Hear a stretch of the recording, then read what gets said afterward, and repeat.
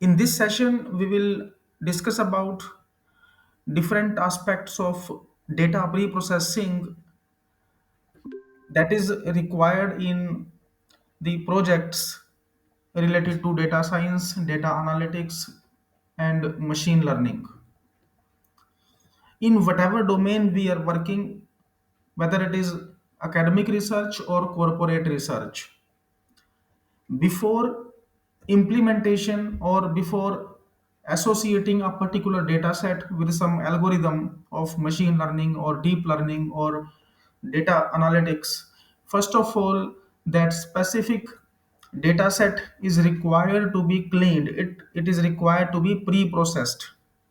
Pre-processing of data means to make the data accessible, understandable, and compatible with that specific algorithm. Many times it is seen that researchers take data sets from multiple sources, whether it is a primary source or secondary source, and they directly they directly train that specific data in machine learning model. And in that particular case, we face issues of performance and different types of concerns related to imbalancing of data, imbalancing or fine tuning of some specific results. So to get some specific results in appropriate manner, to get some particular output in a desired manner, first of all we should be clear about data pre-processing part. Before training a particular model with a specific data set, it must be pre-processed. And in data pre-processing, there are number of algorithms, number of techniques available, which we will discuss in this particular session with live demonstration mode.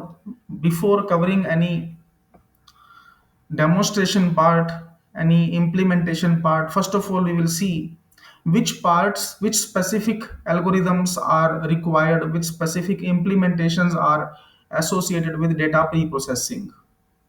As you can see here in this slide, there are certain approaches like data cleaning, dimensionality reduction, feature engineering, sampling of data, transformation, and processing of imbalanced data. So, before training a particular machine learning model or deep learning model or generative AI model, it should be pre-processed.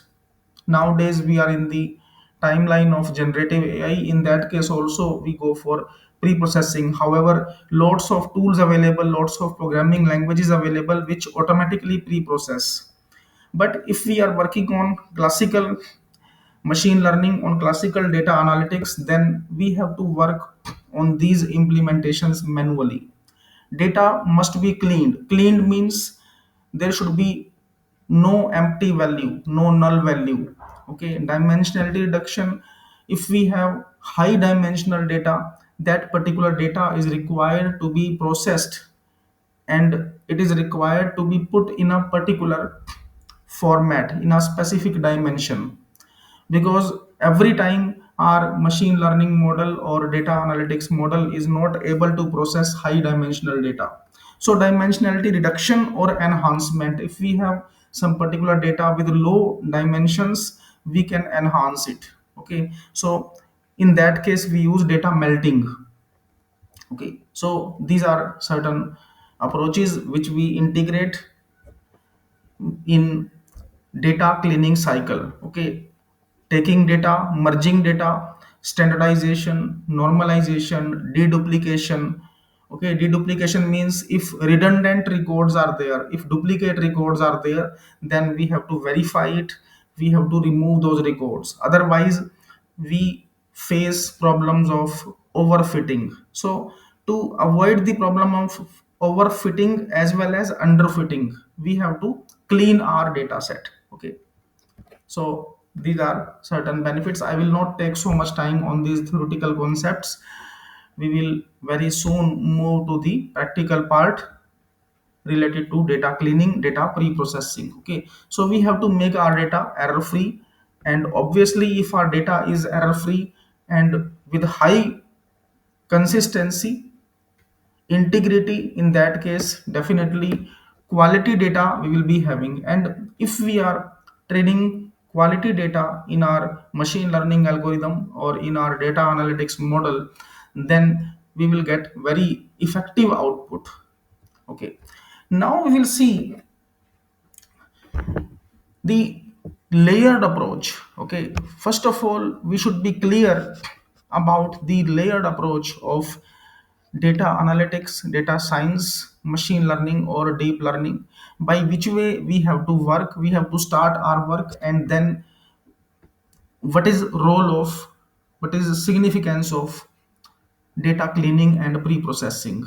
Okay, whether you are working on machine learning, deep learning, reinforcement learning, generative AI, in whatever domain you are working, very first part is to collect the data set, to collect or to fetch appropriate data sets. For example, you are working on medical images, you are working on satellite data analysis, or your data set is related to satellite, or you are working on agriculture data, or your work is related to education domain, obviously we need data. So very first step in data science, data analytics, machine learning, deep learning is to collect the data. And there are two types of data sets: one is benchmark data, second is self collected data. I will come to this part also, we will cover this particular segment also, what is meaning of benchmark data, because this is one of the very important point in data science and machine learning, or even deep learning also. From where we have to take the data, and after taking the data, how to work ahead, how to move ahead. Okay, once we have collected the data, after that we go for data cleaning, data pre-processing, feature extraction. And once these things are done, once these implementations are done, after that we move to programming platforms, programming languages. Okay, then we decide, okay, whether we have to work in Python or R or MATLAB or Julia or whatever it is. Okay, but very first step is data extraction. Very first step, if you are working on data analytics, data engineering based projects, then first of all we should be clear about the sources of data sets.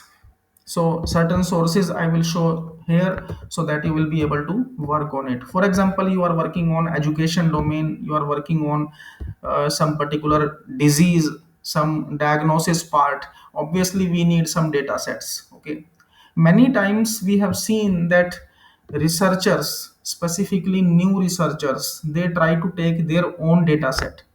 But one point we should be very much clear, that in case of academic research, self collected data is generally not acceptable. Okay, what is meaning of this? For example, you are working on satellite data analysis, you are working on medical data or agriculture data, and some new researchers may think that they will collect their data from their own sources through RTI or through government sources, or by manual data collection, primary data collection. In case of academic research means, for example, you are doing masters or doctorate level. Okay, in that case, generally self collected data is not allowed. We have to work on benchmark data sets. These are the sources of benchmark data sets. Okay, this is one of the very powerful, very prominent source, IEEE data board.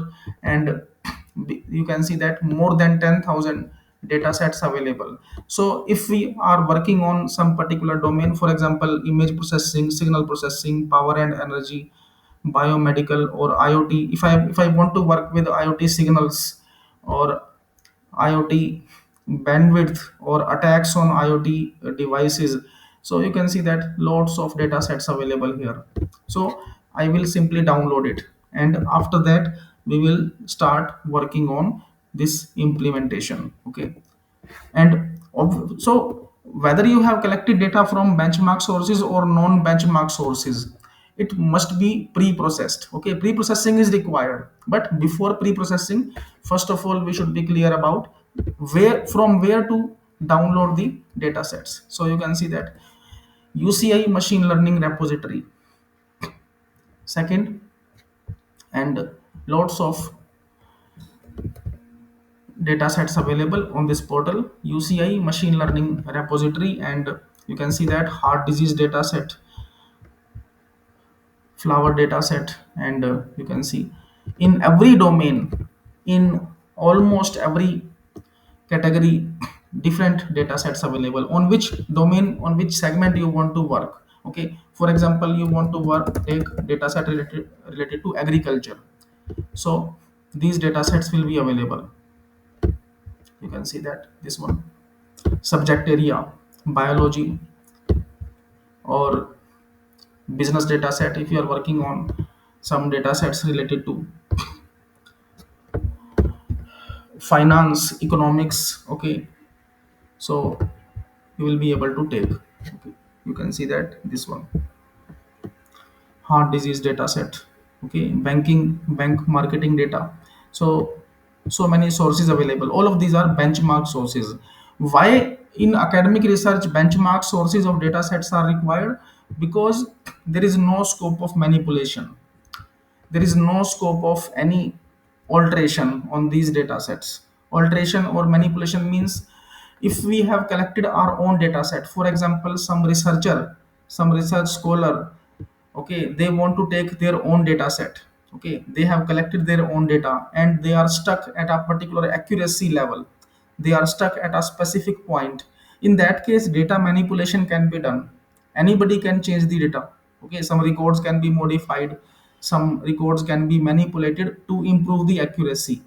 Okay, but if we are taking data sets from benchmark sources, in that case there is no scope of manipulation, because research panel can say that okay, you are getting 99% accuracy, download this data now in front of us and perform your implementation. Okay, so obviously there is no scope of manipulation in these data sets. Okay, so you can see that. So stock pin data sets, attacks on some devices. Okay, so many data sets available, so I have mentioned in this particular presentation. Even you can go for Kaggle data sets also. On Kaggle, on GitHub, lots of data sets available. Major part is that these data sets should be publicly available so that nobody else can modify that specific data. Okay, so you can see that flight data sets. And in biology, in social science, in automobile sector. Okay, so you can see that Indian train schedule. Okay, if you are working on some scheduling part, some congestion control, some optimization algorithm, and you want to propose that optimization algorithm to government agencies, so for testing of your algorithm you can take the data set from here. Okay, or you can show that you have implemented your algorithm on actual data set that is available on these portals. So social network websites, social network data sets. If you want to work on government data sets, on government records, then data.gov.in.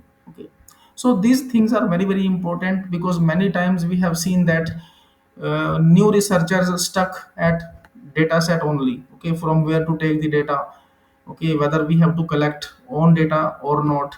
Okay, so you can see that in every segment, in every domain, in every sector, these data sets available: economy, education, environment, health and family welfare. And you can see that science and technology, in whatever domain you want to work. For example, you want to take data set of Aadhaar cards, LPG subsidy, each and everything is available, and these are publicly available for researchers. Okay, for research all of these are available. Okay, so and in multiple formats these data sets can be downloaded. You can see that housing.csv, housing detail data set. And CSV file we can download, and on this particular data we can perform our implementation. Okay, so this is very basic and preliminary part, but very important. So you can see hospital bed management. For example, you want to propose some algorithm related to some optimization part or resource allocation. Okay, effective resource allocation. What is a resource in case of hospitals? So you can see that bed management or any other resource. It may be blood, it may be oxygen, or it may be any other resource. Okay, how many resources are available, how many end users are available, or to how many end users these services to be given, and how to propose some algorithm so that in quicker way or in effective way these resources can be allocated to the end users. Okay, or to the persons who are in need of some specific service. So all of these links I have given in this presentation so that you will be able to work. If you want to work on medical data set NCBI portal, I will share this presentation to all of you at end of the session so that you will be able to work on it. So this is NCBI portal. If you want to work on medical data, DNA, RNA, chemicals, some genome structure, genetics, some viral infection, some fungal infection, some protein structures, sequence analysis. Okay, so these data sets can be taken, okay, in medical domain. PCIR. So very quickly I'm showing you, and after that I will come to the implementation part as per the schedule. So if you want to take data set related to medical images, MRI, CT scan, ultrasound, or some specific X-rays, colored images, colored medical images. So you can see that PCIR repository. Okay. For example, your area of research work is to analyze or to recognize cancer in ultrasound images or in MRI images. Then from where you will get those MRI images or X-ray images or ultrasound. Okay, so rather than struggling for the data set or manually collecting that particular data, you can take these data sets from these sources. Otherwise, you might have seen that if you will try to collect these data sets manually, nobody will give you. There are so many hospitals, so many path labs, nobody will give you the data set related to the patients because it comes under right to privacy. Okay, because if some hospital, some lab will give you the data set of actual patients, it will be breach of the privacy, it will be breach of somebody's personal information. Okay, and there may be some legal suit against that hospital, even if you have taken your own data set from some hospital. Okay, you will not be able to show that from that hospital you have taken this data.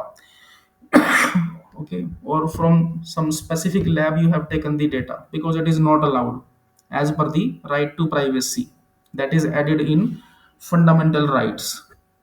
Okay, so what we can do, we can take these data sets from these sources, and these are already available for researchers, these are already available for research and development. Okay, so you can take these data sets, and many times it is a matter of concern that if you have some particular data set related to any domain, then how to make it under benchmark category. Many times it is discussed that if we are already having data set, if we want to work on our own data set, then is it impossible to consider that particular data as benchmark. Okay, there are certain conditions.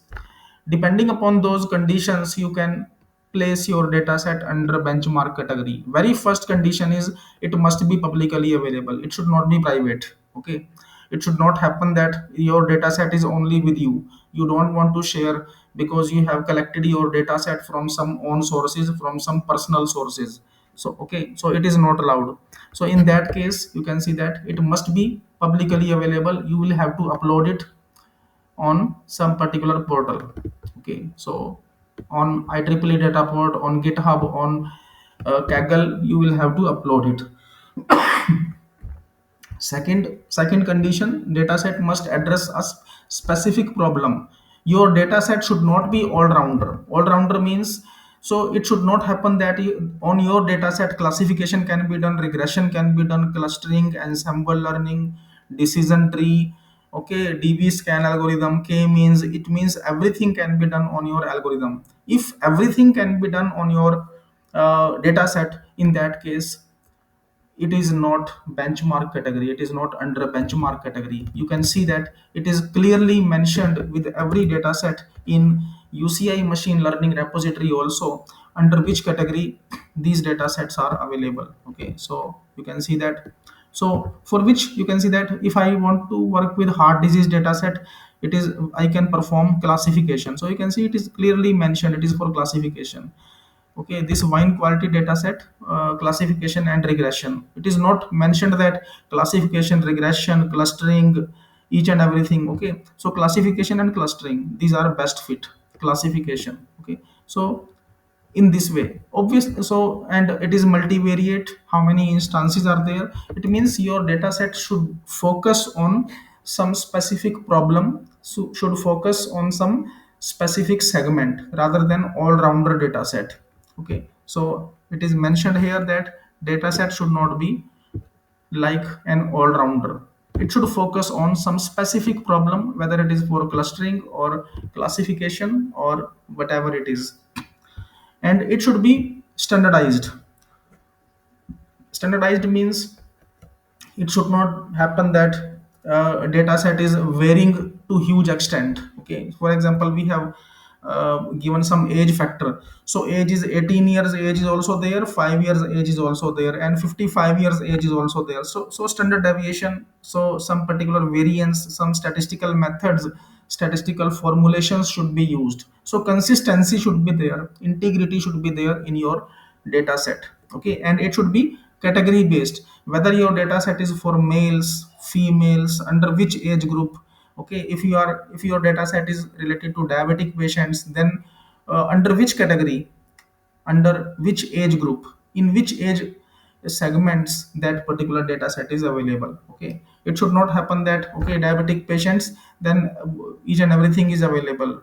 Kids are also there, senior citizens are also there, and middle level age people are also there. It should not happen. It should be focusing on some specific segment. Okay, it should be focusing to some specific age group. Okay, and if your dataset is following all of these conditions, then you can use your dataset as a benchmark category. You can present to the research panel, you can justify to research panel that your dataset is already high quality dataset, and you can work on that. Okay, up to this point, is it clear to all participants? Kindly confirm in chat window, is it clear to all of you? After that we will move to our implementation part. Is this clear, and are you getting audio and screen clearly? Okay, now dear participants, we are moving ahead.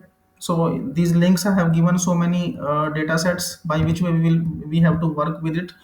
And this presentation I will share to all of you, in which multiple sources are given from where you can get the data sets. Now we will move to our next part, that is related to data pre-processing, and now we will directly come to the implementation part. We will rather than taking more time on theoretical concepts. Okay, up to now we have discussed about different aspects of data pre-processing, and along with data pre-processing we have seen from where we have to take the data set. Now after taking the data set,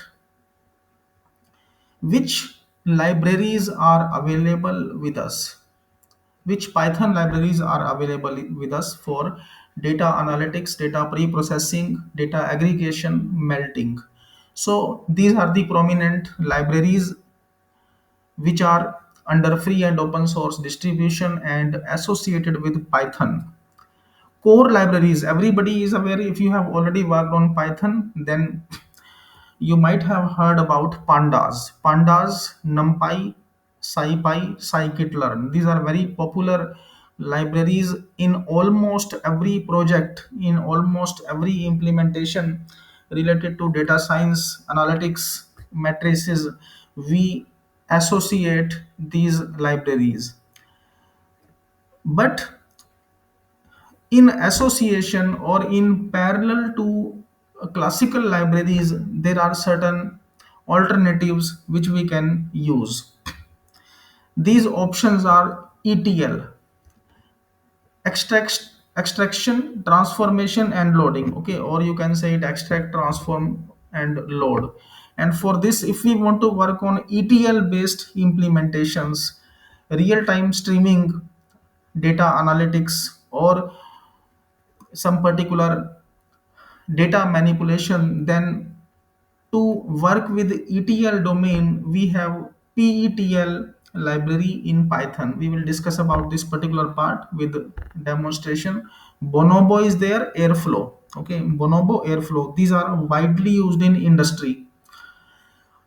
And the real world data scientists, real world data analytics, and analytics experts, data experts, they work on these platforms in industry. For data cleaning, we can work with PyJanitor, CleanLab, Data Cleaner. These are certain options.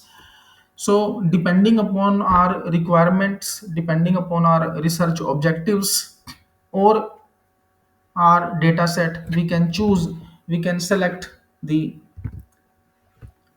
library. Okay, if we have small data set, if we have a particular data with certain type of dimensions, then which library we have to use.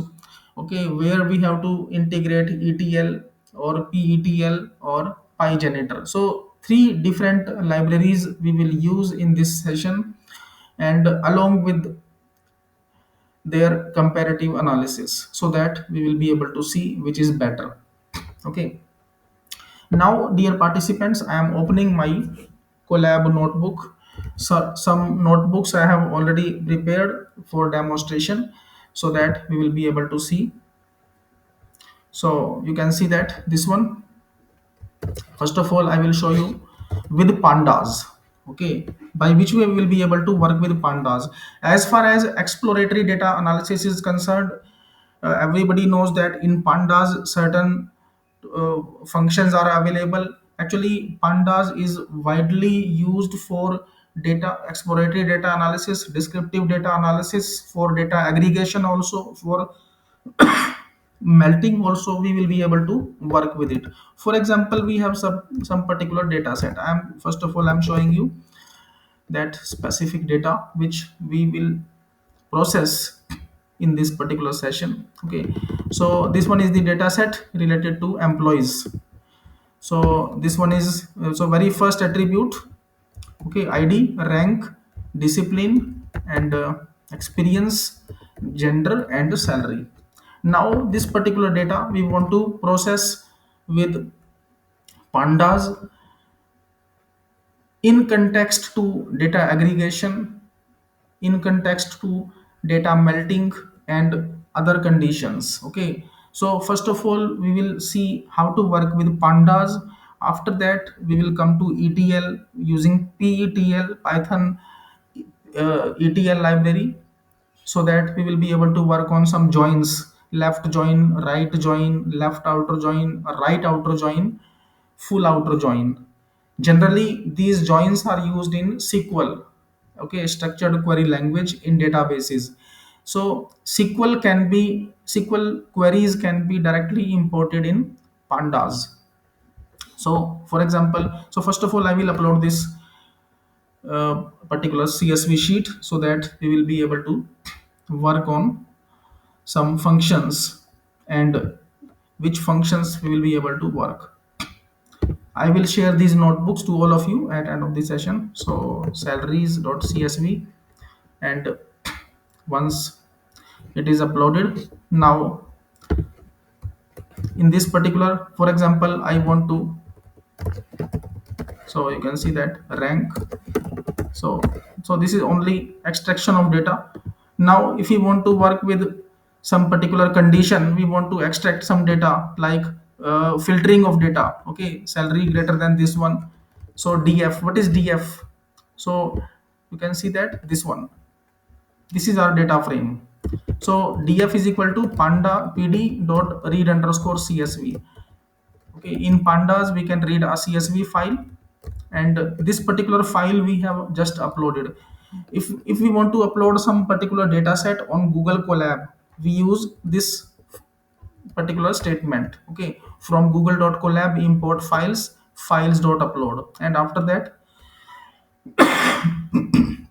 in data frame we import a specific CSV sheet. Once this sheet is imported, after that we will be able to work on some particular functions. For example, we want to extract all salaries greater than this one. Okay, these are very simple statements. Okay, now we want to see those records, those specific records which are having salary greater than some specific condition. So this one, so all those records, data frame salary greater than this one. So these are very simple functions related to exploring the data. Okay, exploratory data analysis and fetching the records. Now major part means we want to work with those functions which are related to data pre-processing. Okay, so in case of data pre-processing, we have certain functions, we have certain concepts. One of the very popular concept is missing value. Okay, missing value imputation. Many times when we collect our data, whether it is from primary sources or secondary sources, there are some missing values. Okay, and obviously that those missing values we can't train in any machine learning model, or if we are working on deep learning also, we have to work very carefully on missing value data. Because if some particular data set is having some missing records or empty records, what is meaning of missing records or empty records? Certain records which are incomplete. Okay, for example this particular sheet. Okay, okay, for example this particular data. Okay, so just this one, so there are certain empty records. Okay, so for example this one.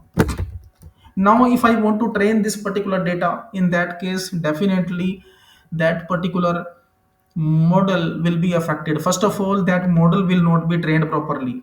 Okay, we will not be able to train a particular model with this particular pattern because there are certain missing values. In same way, for example this particular value is missing, somebody has not mentioned their gender, somebody has not mentioned their salary, or many times when we collect data from online sources, in that case also certain missing values or abnormal values happen. Abnormal values are there. What is meaning of abnormal value? Because abnormal values are also associated with missing value or to be processed value. Abnormal value means, for you might have seen that generally almost everybody perform it. For example, I want to open account in some website. You might have seen when we sign up on some particular website, we have to fill up some particular online form. While filling online form, what is our major motive, what is our major objective? Okay, our major objective or target is to only create the account. You might have seen many times we put our age group which is not correct.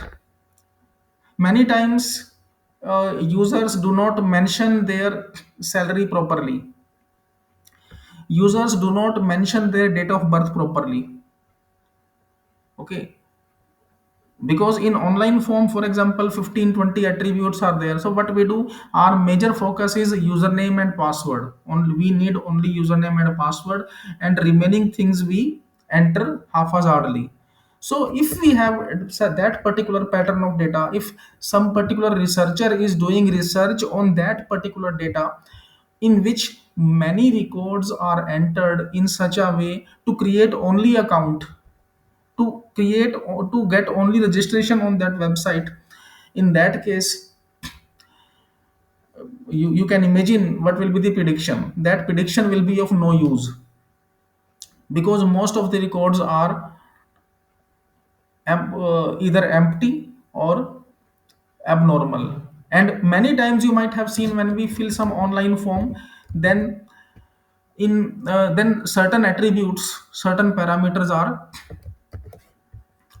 optional. So those optional values are also left. These are also skipped. Generally, we do not skip. We do not enter values in optional variables, in optional fields. Okay. So if these values are not entered, in that case, definitely that particular Excel sheet, whatever Excel sheet we is getting created at backend, or whatever XML or whatever database is there, it will be having empty value. So now if somebody is doing research on that particular data, if somebody want to work on data analytics part on that particular data, so those empty values should be processed properly. So to work on empty value, to work on data pre-processing or data uh, uh, analytics part, we have to implement missing value imputation. For example, this is our record. Okay, this one is our data set. Okay, this is np.nan. Actually, generally np.nan is mentioned, is associated with empty record. Okay, np.nan, sometimes empty, sometimes null, or nan. Only nan is also there. And what is np means numpy. So you can see that this one, I will cover this part also, by which way it is taken automatically. Even if we do not specify it, it will be taken automatically by pandas. Okay, so you can see that if we want to check missing value, so you can see that this one is our data frame. You can upload any Excel sheet also. This is our data set and is null. So this is our actual data set, and on this you can see that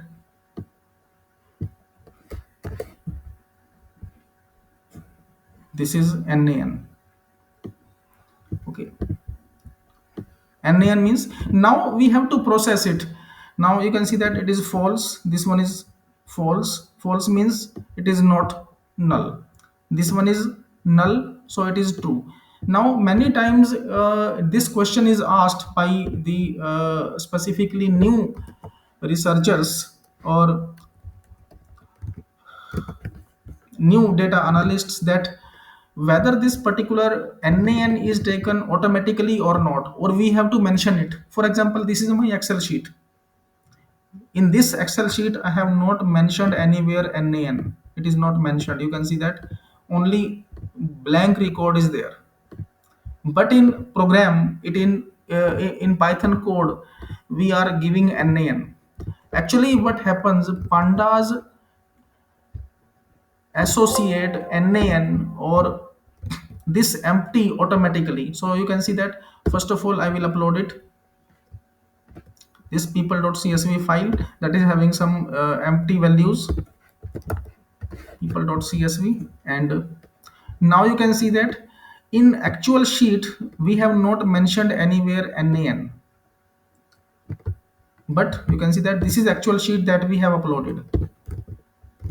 In code, in data frame, automatically it is taken by the pandas. So I have mentioned here that pandas get nan automatically.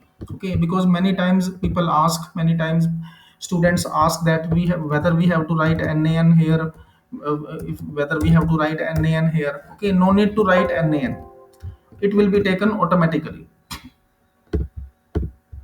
Okay, it will be automatically accessed, it will be automatically analyzed.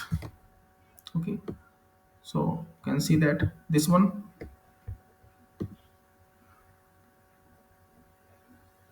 if you want to put some custom markers, Custom markers means rather than giving nan, you want to give null. So you can see, you can put here pd dot read underscore csv. By default it will take nan.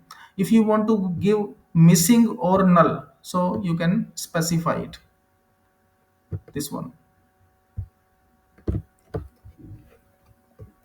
pandas dot read underscore csv, and you can see that this one. Okay, this one, nan.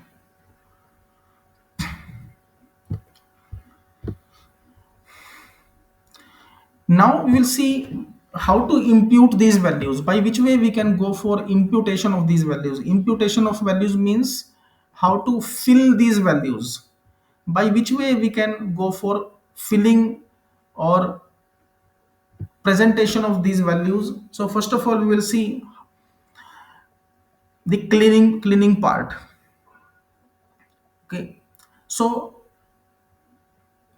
one way to work with missing value imputation or missing value treatment, actually in broader aspects we call it as missing value treatment. In missing value treatment we go for either deletion of record or imputation of some particular values.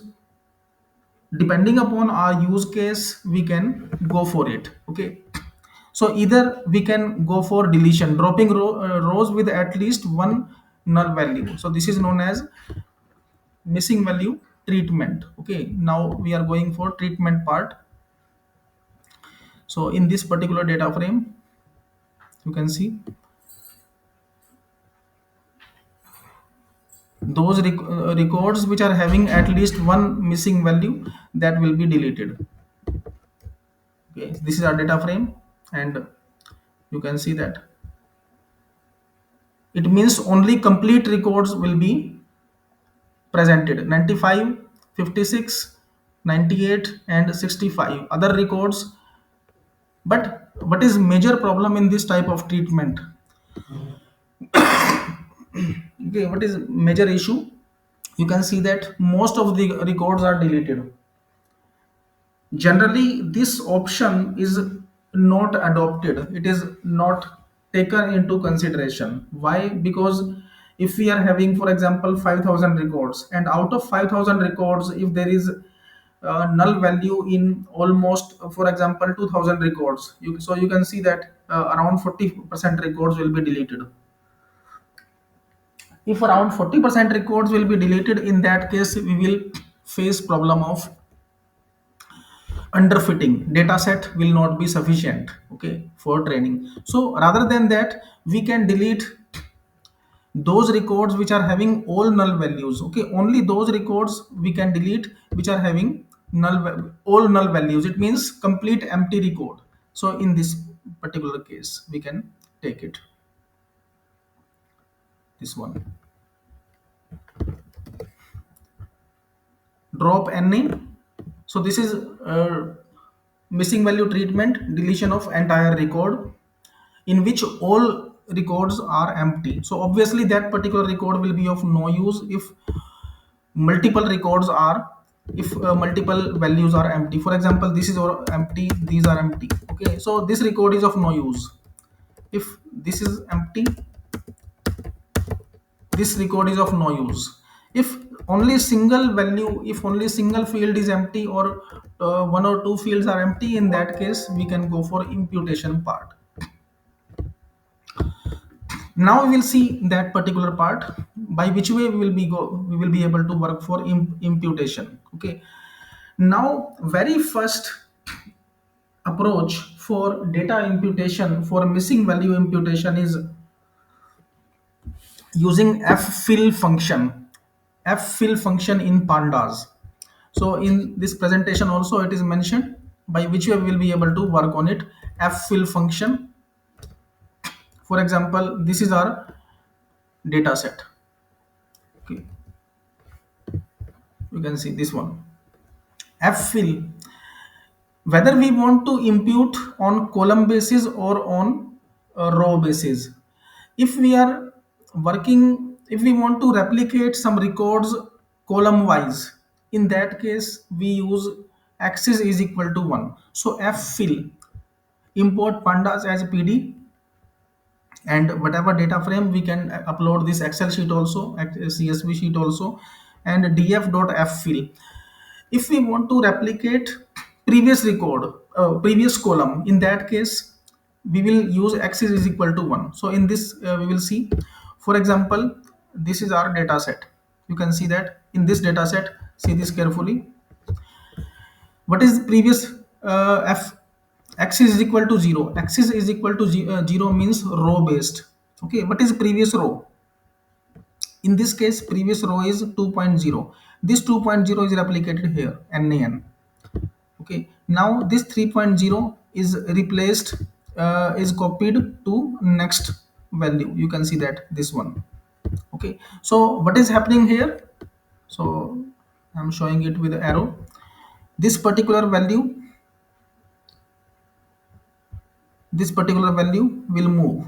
Okay, this 3.0, this 3.0 will move here, and this 2.0 will move down. That is column based, that is row based. Axis is equal to 0. If I am placing axis is equal to 1, in that case what will happen? In this case 5.0 will come here, this 5.0. So depending upon our data set, we have to take it. So you can see that in this way 5.0 is copied to next record, this one. Okay, so we have to see where we have to implement it. For example, we are already aware that all of these record, that this complete attribute is related to gender. So we know that all of these are males or females. Okay, we know that all of these age groups are under same category. So in that case we can directly replicate it. Axis is equal to 0 row wise, and axis is equal to 1 for column wise. Okay, but in this particular example, in this implementation, we must be sure that previous record or previous column is of same type, like gender, category, or whatever it is. Only then it will be successful, otherwise it will not be successful. Okay, uh, for example, these are related to marks, so we cannot give marks of somebody else to any other person. So in case of marks, in case of grading, we can't give it. In case of gender, in case of category, in case of some specific distribution, we can allocate it. Okay, so you can use it. Now we will see by which way we can, so certain some more implementations related to data imputation. So you can see that this is pandas, we are using again pandas, and in next notebook I will share these notebooks to all of you. So for example, this is our data set, and in this some empty records are available. Now we want to fill the values with some statistical operation. So obviously if we have numeric values, if we have values in figures, in numbers, then some statistical method can be implemented. For example, age 25, 30, 22. So what we want to so what we can do, average or mean of these three can be replicated to other age group, to other values. Okay, so that particular method. Now you can see that city, Delhi, Mumbai. So obviously on city name, on some person's name, we can't we can't implement any statistical operation. Okay, we can't perform mean median mode of some particular strings, some particular names. So in that case what we can do, most frequent values. So we assume that okay, most frequent values are Delhi. Okay, or least frequent value, least frequent parameter. So depending upon our use case, depending upon our data set, we can take. So we will implement it, impute. So three different imputations we are doing. One is on age, we are implementing mean. So you can see age, fill NA, DF on age, we are performing mean. So what will happen? Mean of remaining ages, mean of remaining values in age attribute will be taken and it will be replicated. Okay. In case of salary, we are performing median. Okay. So it depends on your research objective, what you want to perform. And in case of city, obviously in city we can't implement mean or median. So in that case we are using most frequent value. So for most frequent value we are taking mode, this one mode. Okay, using mode function we will be able to calculate the occurrences of some particular value, and that we will be able to replicate. Okay, so you can see that this one, and it's after its execution.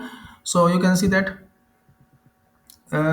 actually in actual database it is actual data set, it is NaN, but it's mean. Okay, mean of 25, 30, and 22. It is 25.66. Okay, 25.66, these are given to other people. Okay, other records. Most frequent is daily. So two times daily, so it is replicated here, this one. This NaN, this particular NaN is replaced with median. Now this data set is complete. Okay, now this particular data set is complete. Now we will be able to train this data set in machine learning model without any problem. Okay, otherwise if we will go for missing value treatment by deletion, for example, we are going for deletion of records which are having at least one missing value. In total, we have five records. This is also having missing value first, second, third. So out of five records, three records will be deleted in deletion based missing value treatment. Obviously, this method is not good. So rather than deleting the record, rather than deleting that particular value, okay, or tuple, what we can do, we can impute it properly. Now imputation is done and standardization is done in this particular data set, and we will be able to process it. Okay, now this data set is complete. Now in same way, for example, we want to work with least frequent value. Okay, least frequency. So one implementation we have seen, most frequency. Now we want to see least frequency. Okay, so for least frequency we can work on this one. Okay, for least frequent value implement, we call this function idx min. Idx min. Okay, in idx min it will find out the occurrences, minimum occurrences. Okay, in case if we want to find out high frequency, then you can see that we have implemented mod function for least frequent values. We have taken idx min function, and with idx min function you can see,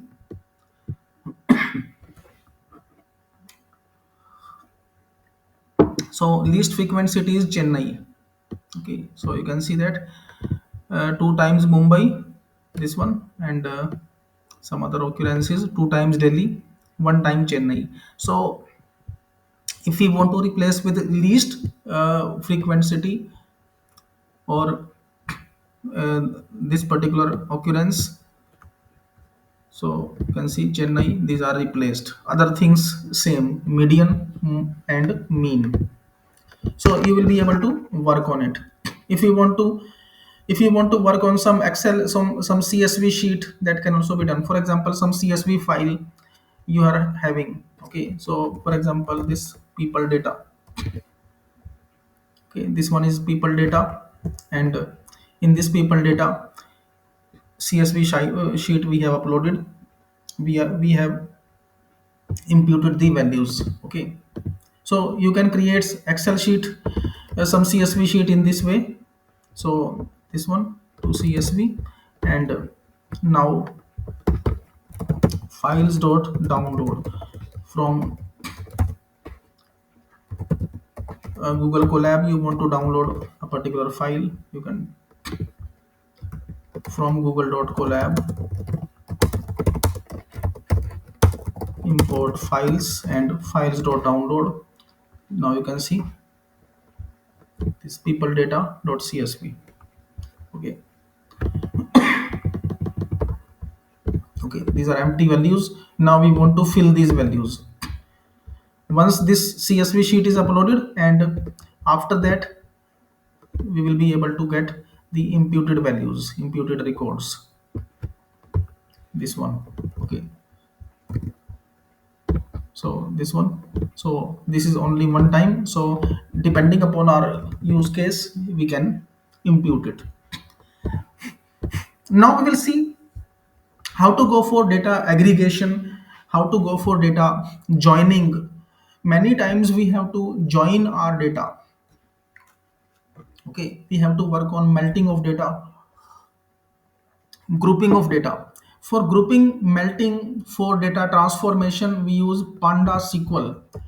Pandas sql. If we want to execute sql commands, sql queries, like joins, inner join, outer join, left join, right join.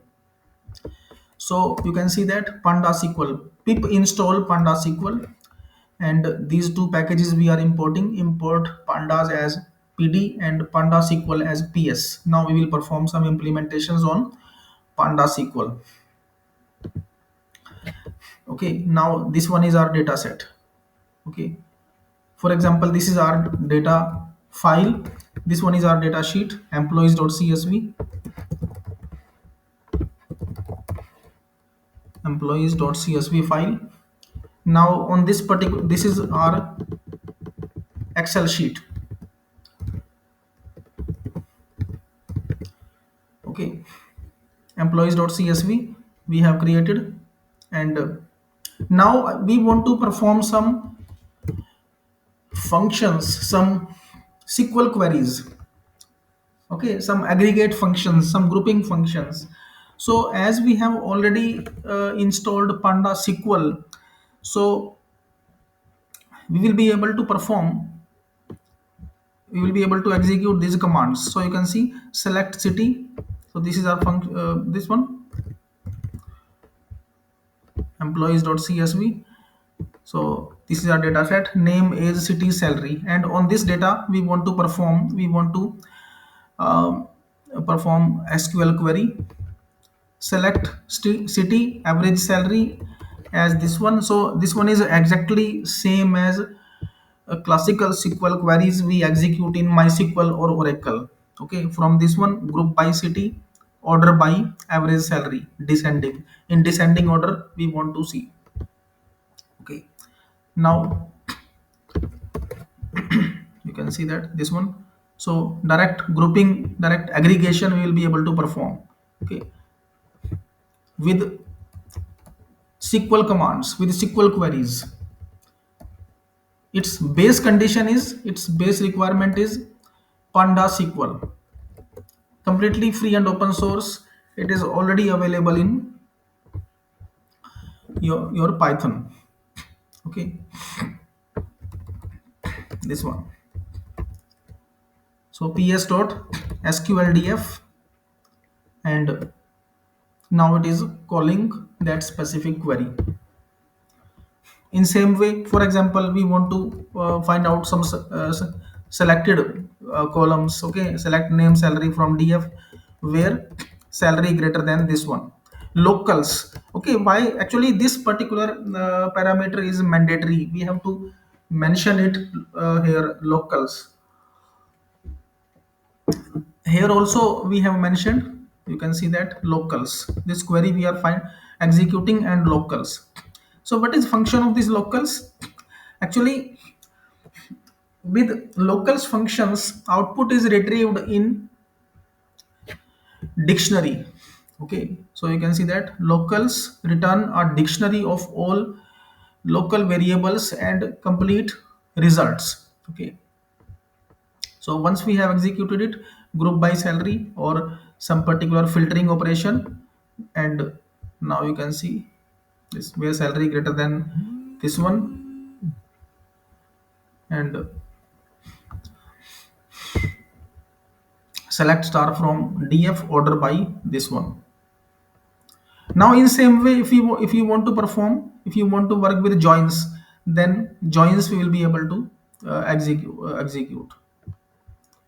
Okay, inner join, outer join. So with pandas also you will be able to work. Now I will move to our next library, that is PETL. So I'm keeping it here as it is. If you want to execute inner join, outer join, left join, right join. So what is meaning of left join or right join? So you can see that this one, this is employees and this is department. If I want to work on left join, left join means all records from left, all values from left and matching from right, that will be left join. Right join, all records from right and matching from left. Full outer join, all from left matching from right, all from right matching from left, it means including null values.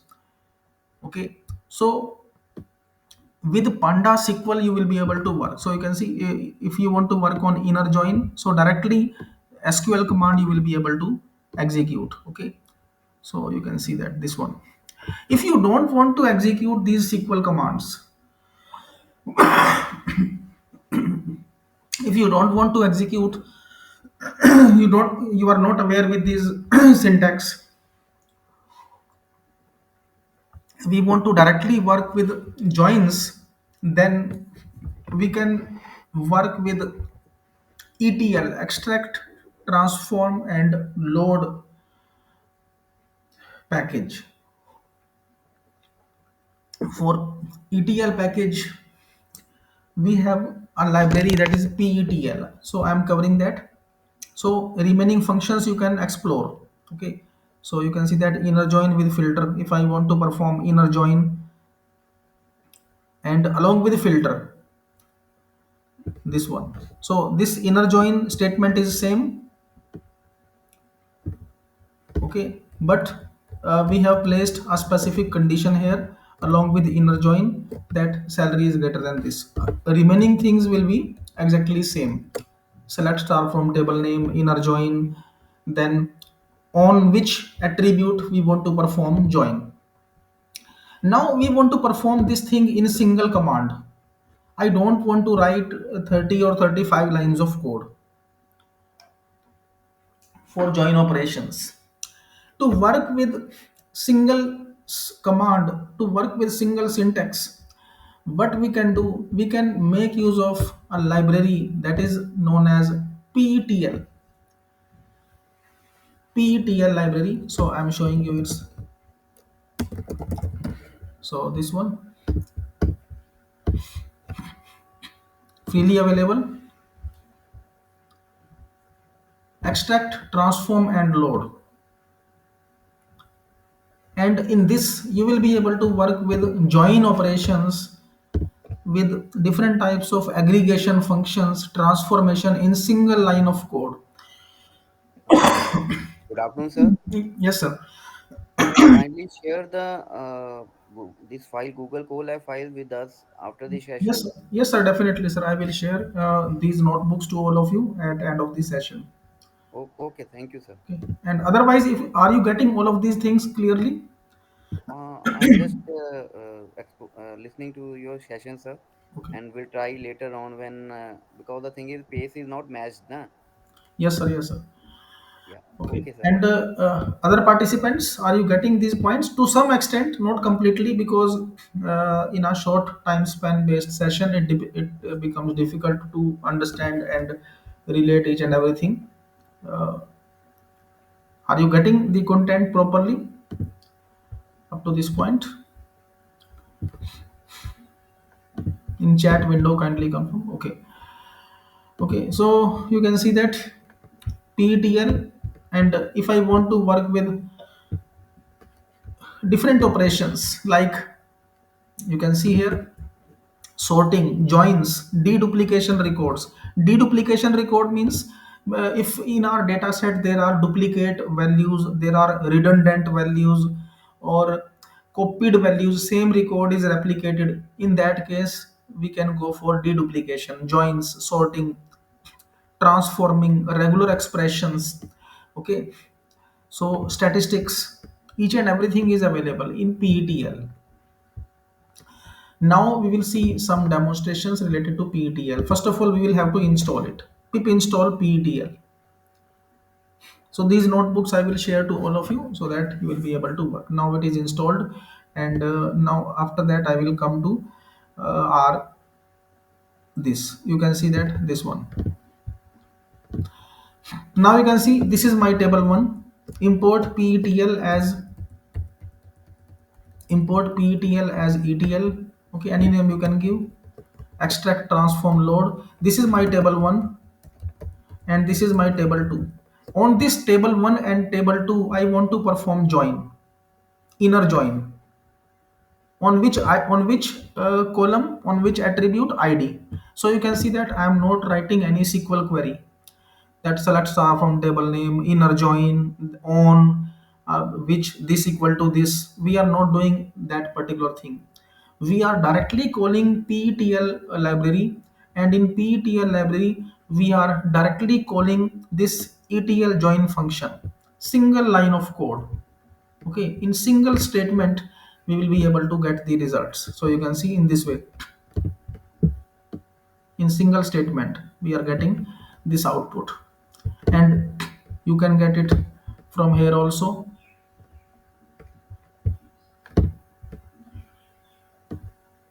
It is having complete. Okay, for example, you want to go for joins or deduplication of rows.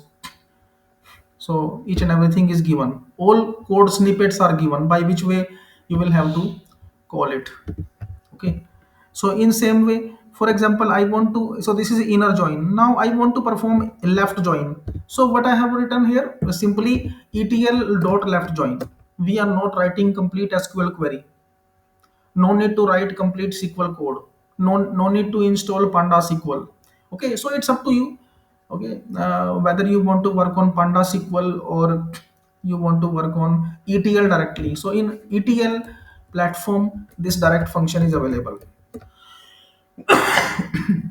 Left join, ETL dot left join, on which table 1 and table 2, and you can see on ID. If we have so obviously in both tables, join is implemented on common attribute. For example, here we have some uh, s- department or some other attribute, so on that also we can implement join. Okay, we have two tables of customers. In one table of customer ID is given, Aadhaar card, PAN, some other details. In other, transactions are given. Now we want to merge these two tables, depending upon Aadhaar number or PAN or customer ID. So in that case we can use join. Left join means all records from left. So you can see that blue, red, purple, and matching from right, you can see that corresponding to red there is no record. So corresponding to 2 there is no record in table 2, so it is given none. So this is left join. If I write here a right join, in that case all records will be taken directly from right and matching from left. In that case what will happen, corresponding to 134, so there is no record of, there is no value 4 in table 1. So corresponding to 4 it will show null. Okay, so right join. Now you can see that it is so All records from left, from right. 134 blue purple. So you can see none. Why it is showing none? Because we have implemented right join. Circle, square, ellipse, these are taken directly. Now if I am giving left join, then all from left and matching from right. If there is no match, it will show none. So in case of panda SQL, we have to execute this command. We have to execute SQL query. In same way, now you can see that this one, on these two we want to perform. So on roll number we want to implement left join. So this is left join. Okay, so you can see that left join means 1 2 3 90 80 99, and corresponding to 2 there is no name, so it is showing none. Okay, so this is left join. If I am writing here right join, then what will happen? 134 xyz will be mentioned, and corresponding to 1 what is there, corresponding to 3 what is there, corresponding to 4 it will show none, corresponding to 4 it is showing none. So that is right join. All from right matching from left. In left join, all from left matching from right. If we are implementing full outer join, all from left matching from right, all from right matching from left, it means at in both ways it will show none. Okay, wherever it will it will find mismatch or not found value, it will show none. So this one you can see. If you want to take from CSV sheet also, so two files we can upload, and on those two files we want to implement uh, join operations. Okay, so you can explore it. So this is the data aggregation. So it's up to you whether you want to use group by. In SQL, in pandas we have to use group by. Okay, group by x, group by y, or group by whatever it is. But here you can see that no need to write any group by function. etl dot aggregate direct function is available. etl dot aggregate on which, on table 1. And now you can see that occurrence is x, a is 10 times, b is 6 times, and c is 1. Okay, this one. So etl is very powerful library. So and now many times there are certain queries related to the comparison, which is better.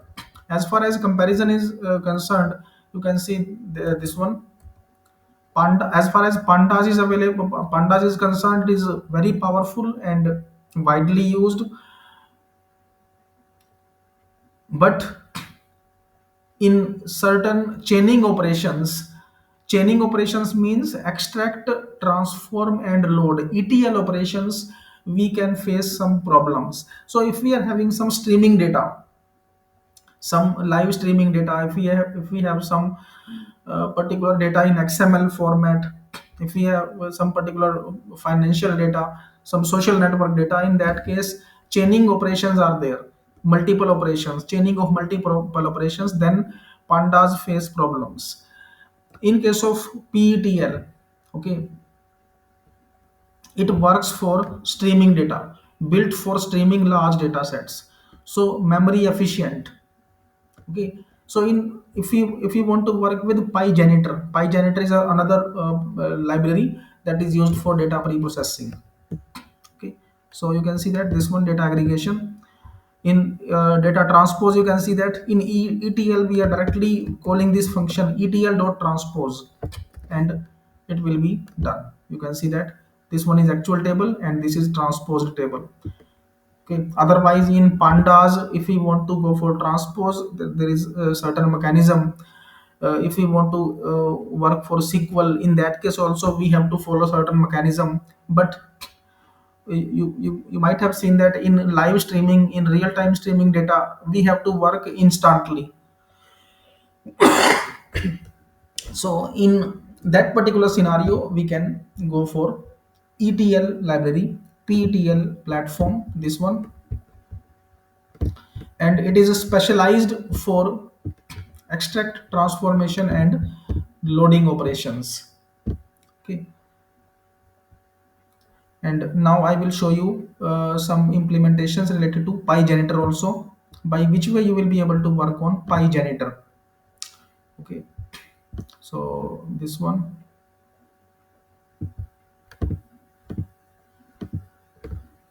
so it's up to you whether you want, if you want to work with pygenitor or this one pip install pygenitor.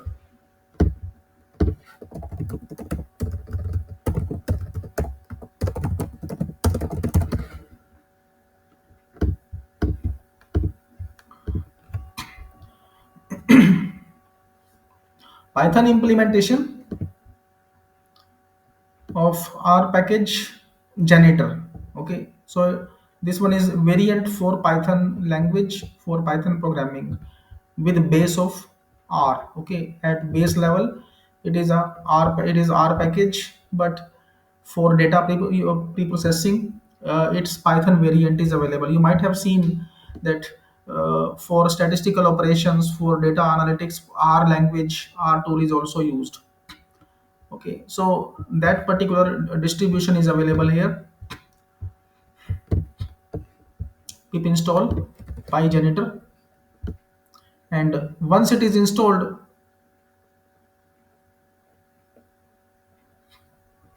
after that we will be able to work on certain operations, certain implementations related to data pre-processing. So first of all we will upload that file.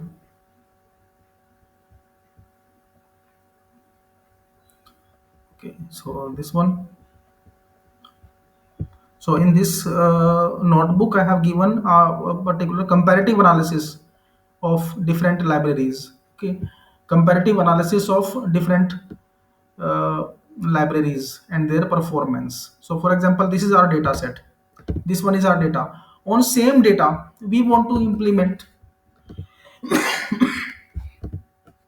on same data we want to implement pandas, janitor and ptl. Okay, all of these three we want to implement, and we want to get a comparative analysis because obviously it is a matter of concern that we have covered pandas, we have covered ptl, pygenitor, which is better.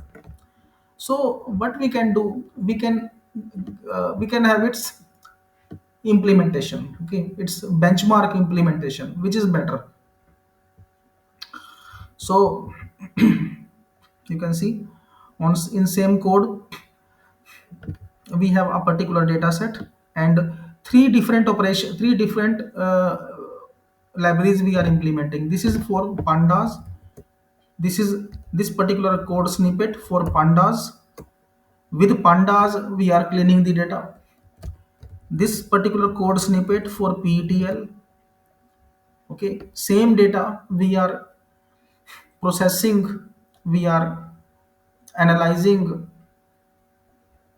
with ptl. Then third implementation with pygenitor, and we will see which is better in terms of execution time, in terms of performance. Okay, so once we are executing it, so this one. Okay, so with pandas what is the output, and number of rows after cleaning. So this is the graph, this one graph with seaborn we are creating, number of rows after cleaning per library.